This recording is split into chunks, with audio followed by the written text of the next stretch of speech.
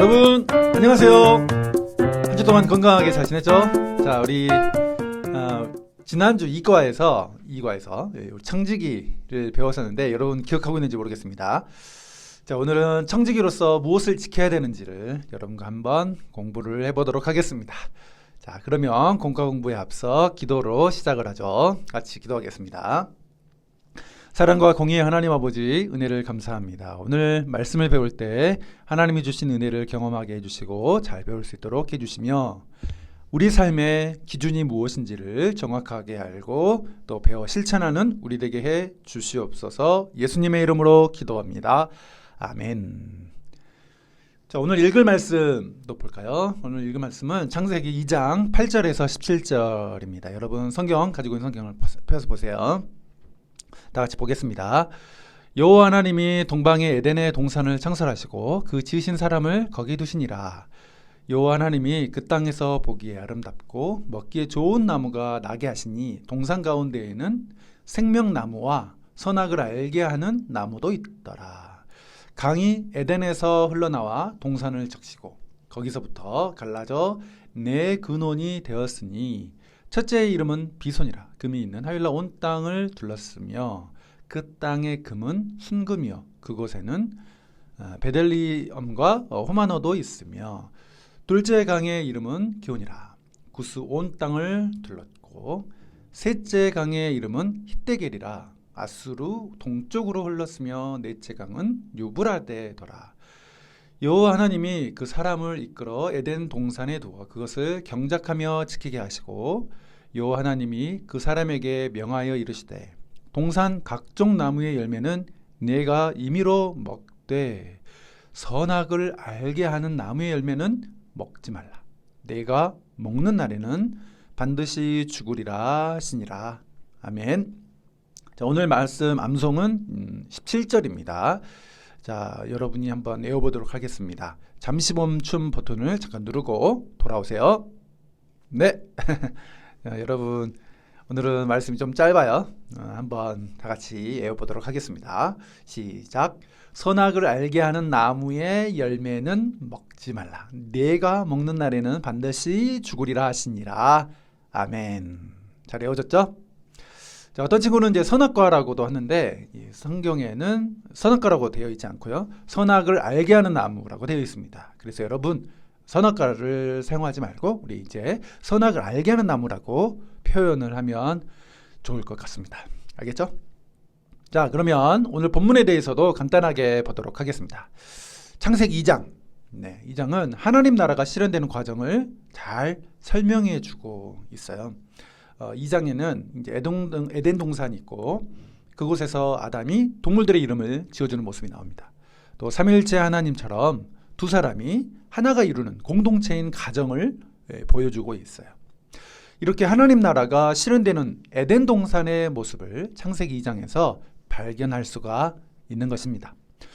그러나 하나님이 먹지 말라고 하신 선악을 알게 하는 나무의 열매를 먹게 되죠. 그래서 하나님의 청지기인 이 사람들은 하나님께 반역하는 이 죄를 범한 채 타락하고 맙니다. 결국 사람의 범죄로 말미암아서 하나님의 나라가 다른 방향으로 흘러가게 돼요. 이것이 오늘 3과에서 다루어야 할 내용입니다.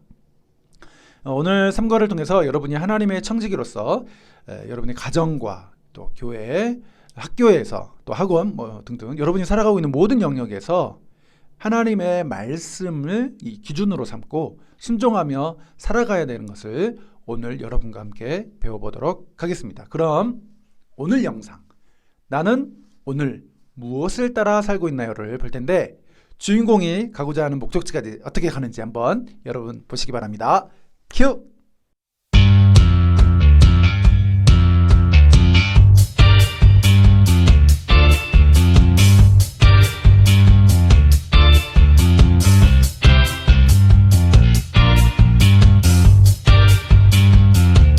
서울역에 방금 도착했습니다. 어디로 가면 될까요?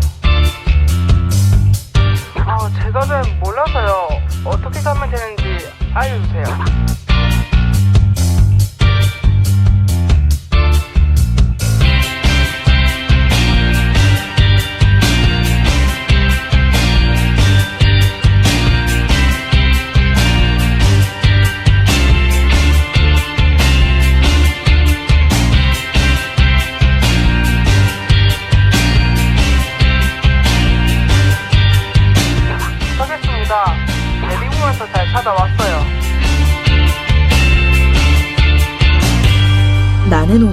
무엇을 따라 살고 있나요?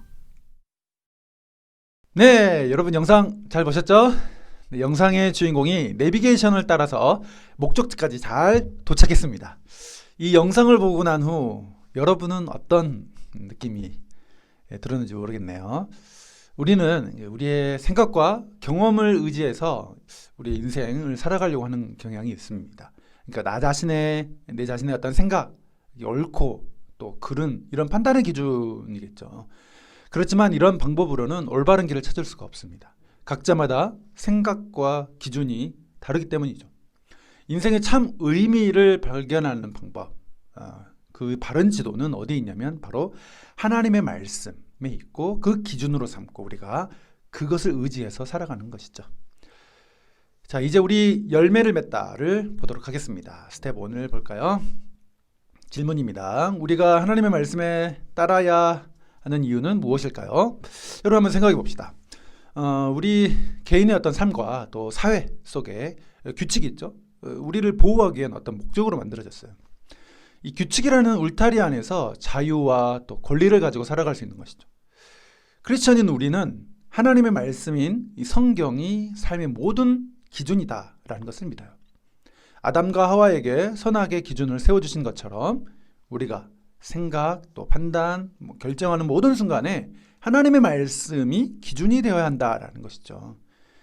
여러분은 하나님의 영광을 위해서 특별한 사명을 부여받은 청직이라는 것을 여러분 잊지 마세요. 여러분 굉장히 소중한 사람들이에요. 스텝 2도 볼까요? 하나님의 말씀에 순종해야 함을 알지만 그렇게 살지 못할 때 어떤 생각이 드나요? 그죠? 우리가 하나님의 말씀이 기준이라는 사실을 알긴 알아요. 근데 때로는 이제 실수도 하고 또 뭐 실패도 할 때도 있잖아요. 이런 잘못을 반복해서 하다 보면은 의기소침해가지고 또 어떤 심하게 되면 절망에 빠질 수도 있습니다. 그렇지만 여러분, 하나님은 회개하고 다시 일어나서 도전하기를 원하세요. 그렇기 때문에 우리는 마음을 다해서 하나님께 잘못을 회개해야 합니다. 또 하나님의 말씀을 더 알기 위해서 성경을 가까이 해야 돼요. 발이 진흙에 빠졌다고 온몸을 빠뜨리면 안 되겠죠? 굉장히 어리석지 않습니까? 여러분이 또 어려운 당한 사람들을 하나님의 말씀으로 격려해 줄 수도 있고 또 우리가 서로를 위해서 기도도 해주고, 그죠? 여러분 저를 위해서 기도해줘요. 도와주고 할 수 있겠죠? 여러분 화이팅! 세 번째, 내가 관심 있는 분야의 대표자나 지도자가 되었을 때 하나님의 말씀에 따라 무엇을 바꾸고 싶나요? 여러분이 학교 그 모둠 활동 아니면 시간이 흘러가지고 직장 생활을 한다고 한번 생각을 해보면 좋을 것 같아요. 하나님 말씀으로 이제 뭔가 바꾸고 싶어요. 근데 어디서부터 시작해야 될까요? 아마도 여러분 주위에 그 사람들은 예수님을 믿지 않는 사람들이 많이 있을 거예요. 교회는 다니지만 하나님 말씀대로 살지 않는 사람도 있을 수 있고요. 저도 그런 경우가 많이 있었어요. 그렇기 때문에 어떤 각자의 기준이 다르고 생각도 달라요. 이런 상황에서 여러분은 어떻게 하겠냐는 거죠. 저는 여러분이 이런 어떤 상황이 있다 하더라도 설사 아무도 예수님을 믿는 사람이 없는 곳에 있는다 할지라도 하나님의 말씀이 중심이 되고 기준이 되어 여러분이 살아갔으면 좋겠어요. 여러분을 통해서 예수님을 믿지 않는 사람들이 예수님의 복음을 듣고 여러분의 삶의 모습을 통해서 교회에 대해서 또 기독교에 대해서 어떤 긍정의 마음이 들었으면 좋겠어요. 변화는 항상 나로부터 시작한다는 것을 여러분 꼭 기억해 주시면 좋을 것 같아요. 여러분이 어느 곳에 있든지 그곳에서 하나님을 예배하고 성경 말씀 중심으로 살아감으로써 이 선한 영향력을 끼친다면 세상은 조금씩 믿어요. 바꾸어져 나갈 거라고 저는 믿어요. 여러분이 그렇게 살아가기를 소망합니다. 할렐루야. 아멘. 아멘 해보세요. 자, 길을 걷다. 이제 끝으로 길을 걷다를 보도록 합니다. 내게 주시는 말씀, 이 말씀을 따라가기 위해서 이번 한 주간 성경 읽기 프로젝트를 한번 해보려고 해요. 첫 번째, 친구들과 성경 읽는 시간을 정합니다. 개인적으로는 저는 아침 한번 읽어보면 좋을 것 같아요. 두 번째, 매일 함께 읽을 성경 본문을 정해요. 잘 모르겠으면은 요한복음부터 읽으면 좋습니다. 자, 성경을 읽고 받은 은혜를 서로 나눠요. 그리고 네 번째는 읽지 못한 이제 친구들을 생각하면서 이제 격려하면서 이렇게 같이 성경 읽자라고 이렇게 하는 것이죠. 여러분이 이제 성경 읽고 은혜 받은 말씀 있잖아요. 저희 카톡으로 한번 보내주세요. 그러면 여러분에게 선물 기프티콘이 있습니다. 자, 그럼 이번 한 주도 예수님과 함께 동행하면서 건강하게 잘 보내보기를 바라겠습니다. 다음 주 1월 24일에는 교회에서 예배 드리기를 원합니다. 잊지 말고 꼭 여러분 교회를 위해서 기도해 주시고 또 한 주 동안도 잘 지내시길 바라겠습니다. 여러분 사랑합니다.